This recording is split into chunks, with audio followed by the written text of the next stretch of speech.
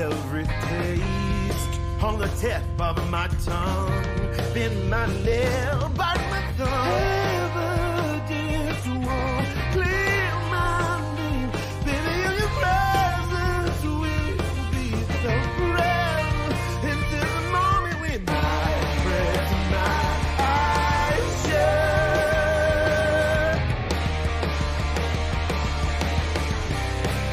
Now I'm ready. What else is we always wanted? Yeah, when we hold each other, nothing else can let us down. The only answer is what we've always wanted.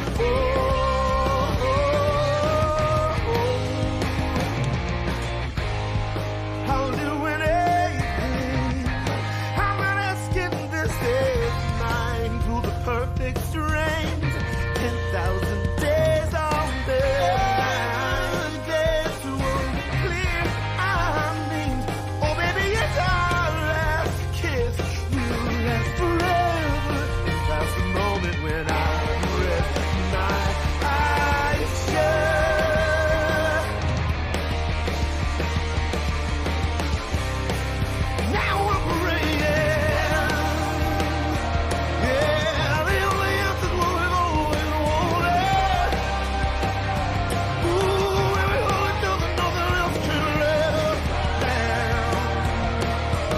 The only answer's what we've always wanted. Oh, oh, oh, oh.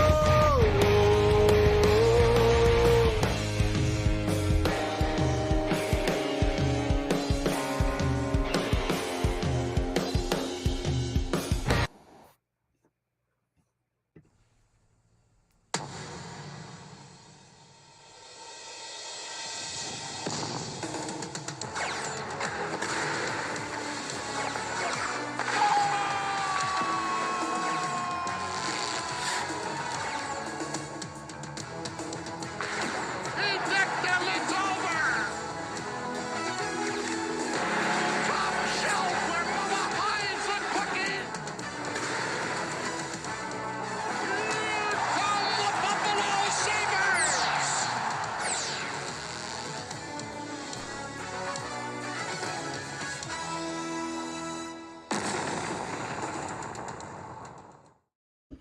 Woo! Welcome everybody to I'll Hang Up and Listen. Brought to you by Fatty Beer Company, Western New York's premier market and tap room with 8 different Western New York locations with over 300 beers to choose from. Open 7 days a week from 11:30 a.m. till 10:30 p.m. and later. Live entertainment, trivia, music at all 8 locations, 7 days a week. And one of Western New York's only kid and dog friendly bars, and Buffalo Logo Apparel, one of the greatest spots to get all of your Buffalo sports apparel needs, whether it's your hats, my preference, got them both right here, the Buffalo hockey trucker cap and the Bills snapback, Buffalo NFL logo snapback. Make sure you go check them out, Buffalo Logo Co. on Instagram and Twitter. I am Duane from Two Goalies, One Mike. And Sabres win 2 in a row. Second of the Daz trip, beating the Columbus Blue Jackets 2-1. UPL coming up big once again. The defensive effort was phenomenal. I thought that again, another game where you outshoot. Again, I know these wins too are against like teams that are on the bottom of the conference, but every point matters at this point. I really don't care who they come against. I don't care how good the win is, how ugly the win is. Doesn't matter if we win 6-5 or 2-1. Doesn't matter to me. Get the points while you can, which is what Buffalo did tonight. Winning 2-1 with goals from Connor Clifton getting his first as a Buffalo Sabre and the Latvian locomotive Zemgus Girgensons. Couldn't be any happier.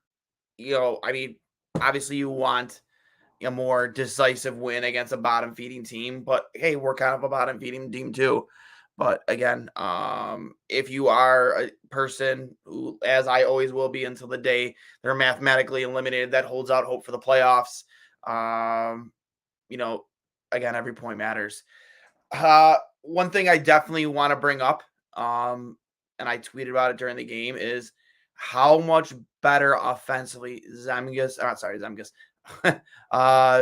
Peyton Krebs has looked since being moved onto a line with Benson and Paterka.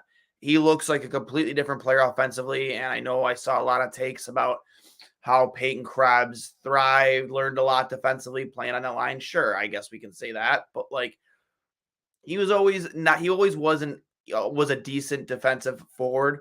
You never really had issues with his defensive play. I'm sure he learned a lot playing with guys like Jurgens and Zach Poso for as long as he did. But at the end of the day, man, he was part of the, arguably the biggest trade in franchise history. And you have to say, you need more from him offensively. I mean, am I lying? I'm telling the truth, right? You do. And offensively, he's very gifted, very talented, smart, quick with the puck, makes smart decisions, quick hands, and he has a decent shot. We just never really got to see him showcase it all because he plays a position where honestly he's in his own end most of the time, kind of like in a shutdown line type of role. Which again has helped his game in the long run, but at the end of the day, like you need him to start producing offensively, especially again when he was a part of the Jack Eichel trade. I was really happy with his game tonight. I would say close to his best as a Buffalo Sabre. He was up and down the ice, quick with speed, making quick, smart decisions that were leading to high danger chances. Loved Peyton Krebs' game. Jordan Greenway too. Has slowly but surely started becoming like a favorite of mine. Greenway has, I think, really settled in. I rarely find myself watching Jordan Greenway and thinking like, man, like I need more from him. It's quite the opposite, and he really does provide this team with a lot. And with whatever role they ask him to play. Right now, I believe he's playing with Middlestat and I forget who's on the other side of him, on the other side of Casey. But like, again, so happy with the efforts we're getting from guys like Jordan Greenway, guys like Peyton Krebs. I almost said Peyton Paterka. Well, tongue-tied tonight.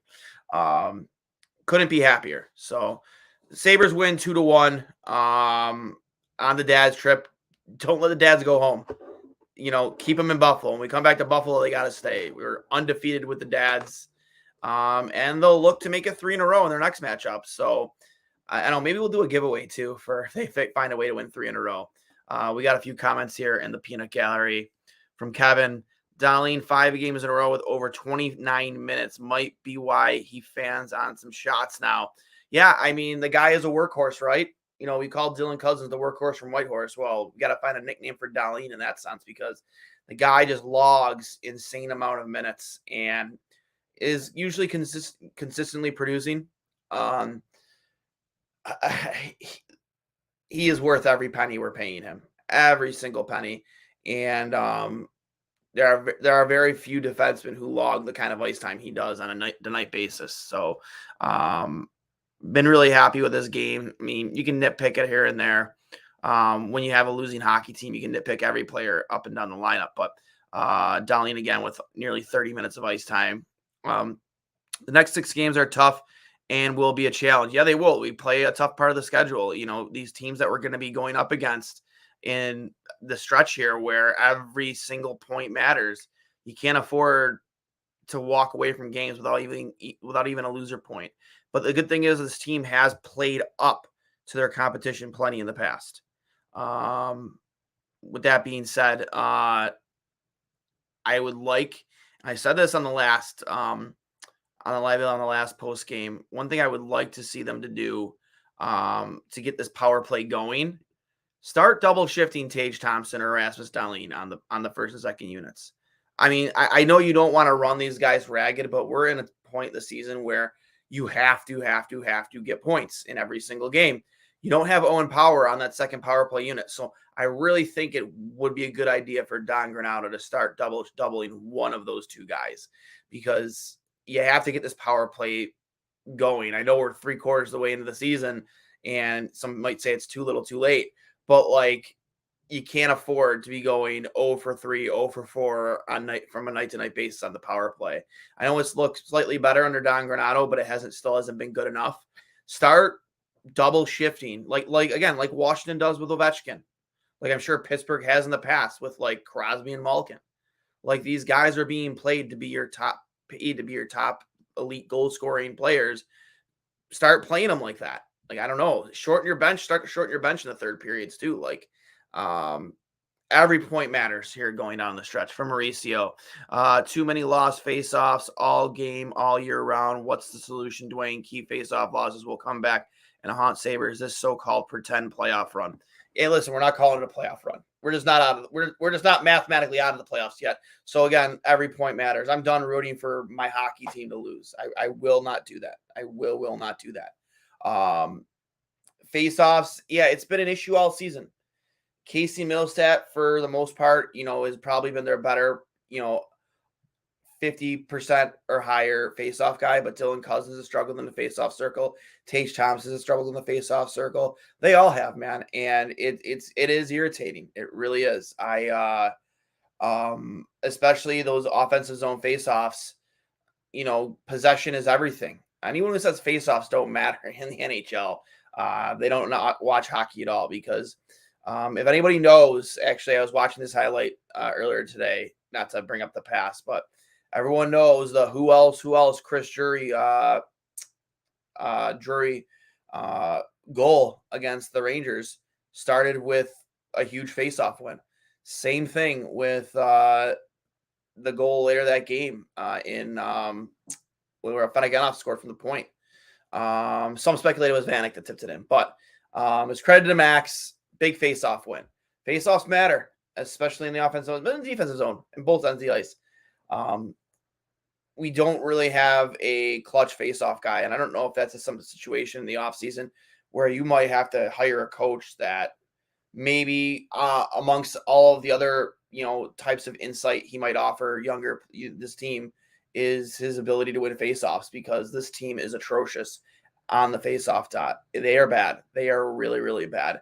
So there's something that has to be done with them when it comes to faceoffs, for sure. From Kevin, 9 points back from Tampa for the wild card. Unfortunately, you don't have enough head-to-head wins with them, unfortunately, because you lost them earlier this year. They barely beat the two worst teams in the conference. The skill guys aren't getting it done. 2 straight games with fourth-line goals caused by hustling around the net. Ice the puck like it was Game 7. I agree. You're not getting enough from your top 6. And you're barely getting anything from your bottom 6. I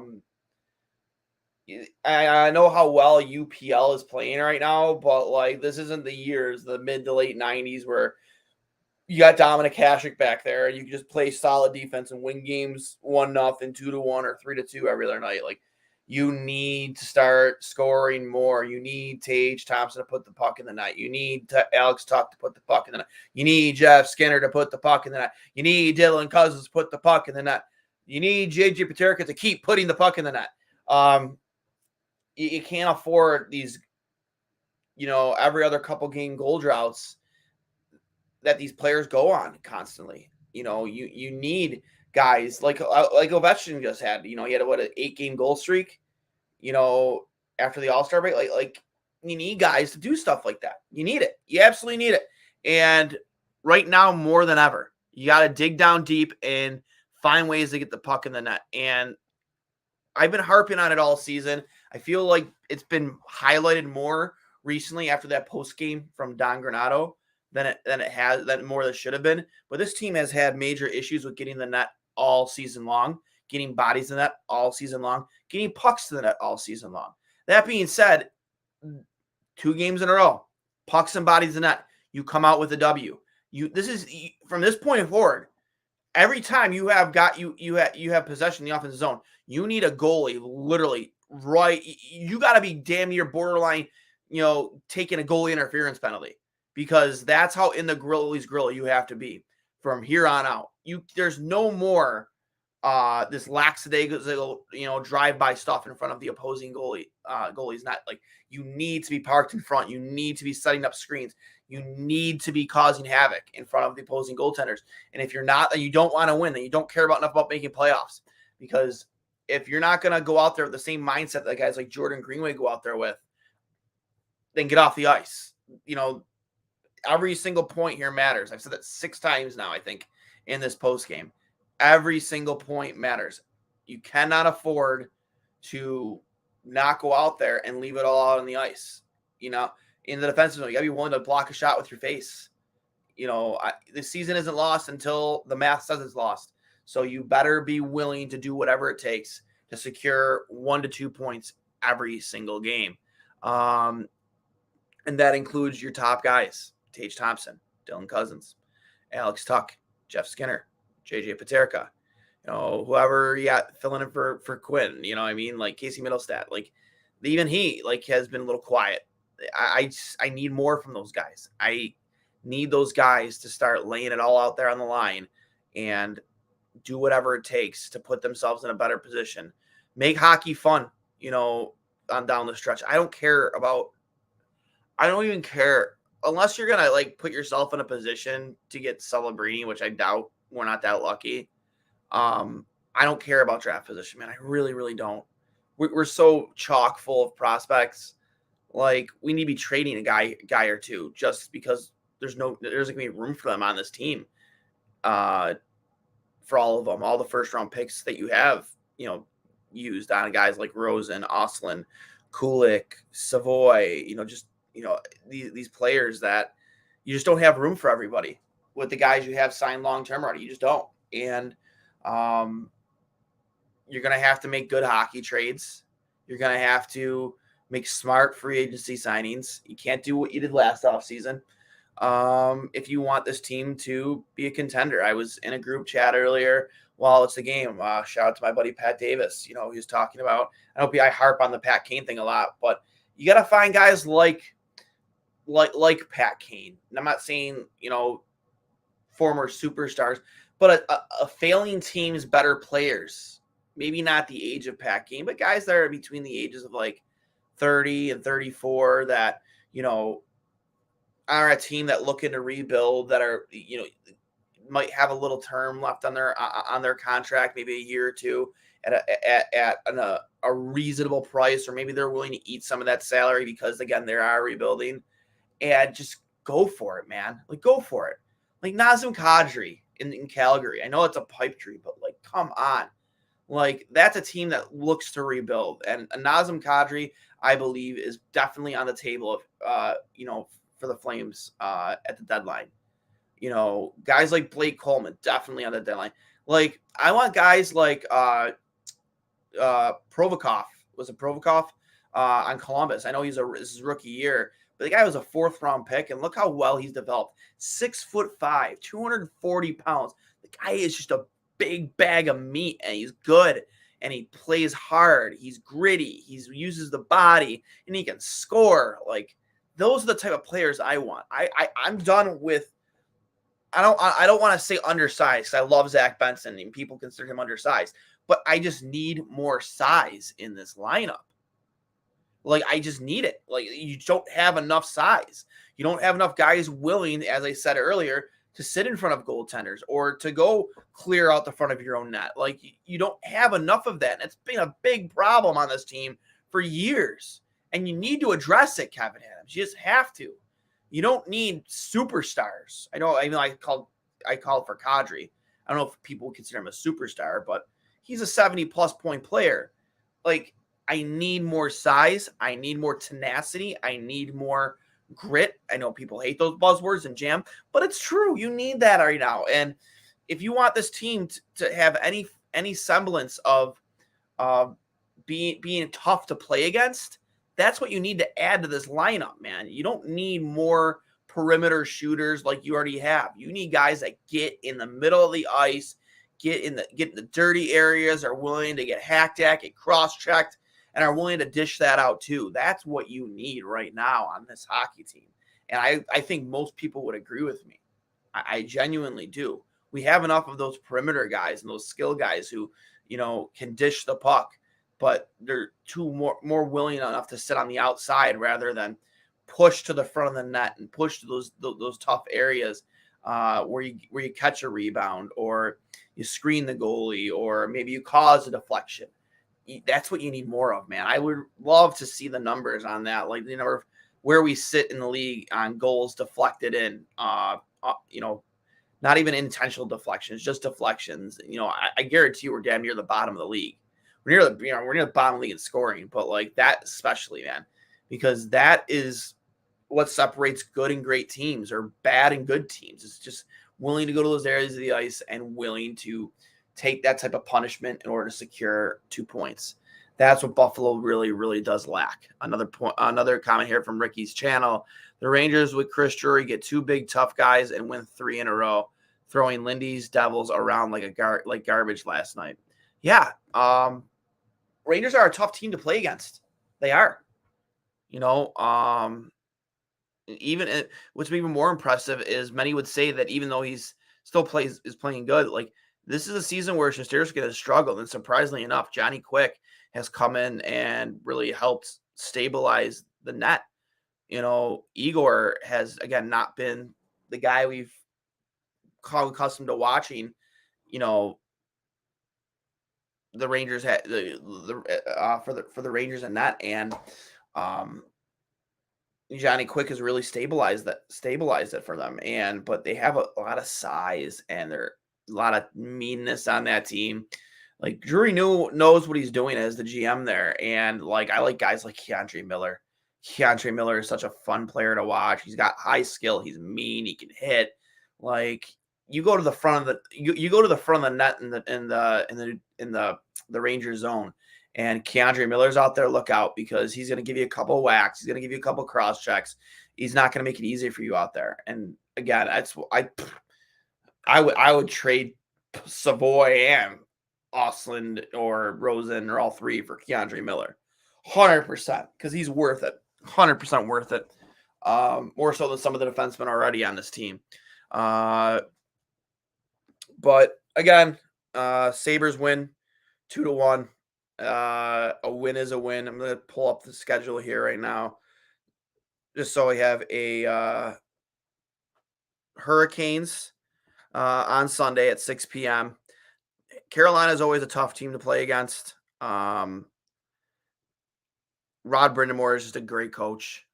Great defensive. My head is askew. Great defensive coach with, very elite goal scorers on that team. And then you have the Panthers, the Lightning, the Golden Knights, and the Jets, followed up by another matchup with the Toronto Maple Leafs on March 6th. Very, very difficult schedule coming up. No doubt about it. You're home against the Hurricanes, and you go on the road down to Florida to the Panthers. Then you go up against the Lightning in their house. Those are 2 games where you could easily go 0-2. And then you're back home against the Vegas Golden Knights on Saturday, March 2nd. Home against the Jets, and then on the road in Toronto against the Leafs. And the schedule just doesn't get any easier. You got the Oilers, who one of the hottest teams in hockey. The Red Wings are heating up. I think they're still in a wild card spot. Then you got the Islanders, the Red Wings again, the Kraken, who I don't think you've ever beaten, the Canucks, the Oilers. I mean, the schedule is so tough. I'm not going to say the good thing is, but the really cautiously or overly optimistic person is you have found ways to play up to talent this year. The biggest issue has been you just always played down to certain teams. Luckily, that wasn't the case the last 2 games. However, it was the case against the Ducks. Actually, I don't know if I would say it was the case against, because you outshot them by a lot, and I would say Johnny Gibson stole a game. But still, it's the Ducks. You should win that game 9 times out of 10, and you lost them twice this season. That's inexcusable. I'm pulling up some of the quotes from the post game. I know there was a lot of talk about the dads being on the trip. Let's see here. Pull up Brian Koziel's post-game tweets from after the game. Let's see here. Granado says Krebs was excellent tonight. Has been great lately. Says he has put in so much work and it's come to fruition for him. Again, we've been saying it for a lot of time this season. Like Peyton Krebs hasn't been given the opportunities that they probably should have given him early in the season in order to play up to his potential offensively. Like, and not to knock guys like Gergensen, Okposo, but they can't keep up with him. They're not on the same level skill-wise as him. There's not anymore. Granado says they stuck with it tonight. The intent upon winning, playing the game the right way, sticking to the process has been at another level lately, which has been great. Both nights, guys were very intent. Compete was high. Pace was high. When you have those things usually work out for the better. More from trying to pull up more from Brian Cozio. Connor Clifton says the 6-on-5 play in the final 3 minutes and 30 seconds was good because they didn't let Columbus get to the middle. They protected in front of UPL very well in that time period. I think they protected UPL very well, like in front of the net, just in general all game. And honestly, I think they've protected the front of the net very well through this stretch he's had. I think that along with, giving Ukko-Pekka Luukkonen his flowers with how good he's been, I think defensively compared to where they started this year, it's been night and day different in front of their own net. Less, there's still some puck watching, but a lot less of it. I'm not going to say they're playing like, they're playing with grit and jam in front of their own goalie, but I would say I complain less about guys, using their sticks as windshield wipers rather than picking sticks up, taking bodies at the plate, and forcing their will. I would say that I've complained a lot less about that. Clifton on his game-winning goal. When we get to the net, you push the goalie back to the crease. The past couple of games, we've been getting to the net. And that's the thing. Like, imagine if you've been doing that all season, man. All season. I can promise you, if they had been going to the net all season like they have been in this past 2 weeks, like they're in the hunt for a playoff spot right now. Without a doubt, they are. Absolutely. UPL says they kept going with their game despite falling behind again. Says they also were very good in the final excuse me, 3 minutes, 30 seconds in the 6-on-5 situation. Yeah, Columbus pulled their goalie very early. More from UPL. We did a good job defensively. It wasn't a perfect game, but we had bodies in the shooting lanes, sticking sticks in the shooting lanes. Okposo, we played more of a mature game tonight. We made mistakes, but it's getting better. We were pretty inspired by Mr. Clifton's speech in Montreal. Get some greasy goals. Says they need to continue to have that mentality. Gets in that, throw pucks in that. Like, it shouldn't take a player on your team's dad, though, to like say stuff like that, man. Like, you should just know to do that, right? You should know to do that. It's not hard to get to the net. These guys have been doing this their entire career. Like, this isn't something that should be taught at the pro level. This isn't something that should be new to them or learned at this point of the season. Yeah, with that being said, just keep getting bodies to the net in capital letters, underline it, star it, highlight it, circle it. That's going to be the key for them to winning from here on out, and putting less space in between them and whoever happens to sit in the wild card. From Ricky's channel, heard Donnie Meatballs hoping the fathers will stay so they can motivate them before the game because he can't play middle of the week at a quiet KeyBank Center. Oh, I'm assuming that's a joke. Okay, I was like, that's no way he said that. You had me there for a second, Ricky. Yeah, I'm excited that I'm sure, if anyone's seen that movie, Trouble with the Curve, there was a scene in there where Clint Eastwood's character suggests that a struggling player in the Brave system have his parents come visit him. Because in his experience, that always tends to inspire better play. And then he went on a tear. Maybe stuff like that does help these guys, having their dads around, inspires better play. I don't know. Listen, if that's what it takes, Don't let them leave. Do not let them leave, especially UPL's father. Don't let them leave. City of Buffalo will front their hotel bill if Pagula won't. So that being said, guys, remember this is brought to you by Fatty Beer Company, Western New York's premier bar and tap room in all of Western New York, with 8 different locations and over 300 beers to choose from. Open 7 days a week from 11:30 a.m. till 10:30 p.m. and later. And one of the only kid and dog friendly bars in all Western New York. And Buffalo Go Apparel, one of the best places to get all of your Buffalo sports apparel needs. I'm a big hats guy. 2 of the hats I showed you at the top of the hour, the Bills snapback, the NFL Shield Buffalo logo, and of course the Buffalo Hockey NHL Shield trucker hat. And got a little bit of a winter hat here. Sure, same design. Pretty cool stuff from over at Buffalo Logo, and they'll be producing our merchandise here fairly soon, so keep an eye out. I know they were teasing it last week. That being said, guys, I'm going to get out of here and just enjoy the rest of my Saturday night. You guys have a good night. Sabres win 2-1. One more comment here. Just shoot more other than trying to make the perfect play. Rob Ray expresses frustration with that tonight. I couldn't agree with you more, but I couldn't agree with you more. That being said, guys, you have a good Saturday night. Enjoy your weekend. And as always, go Sabres.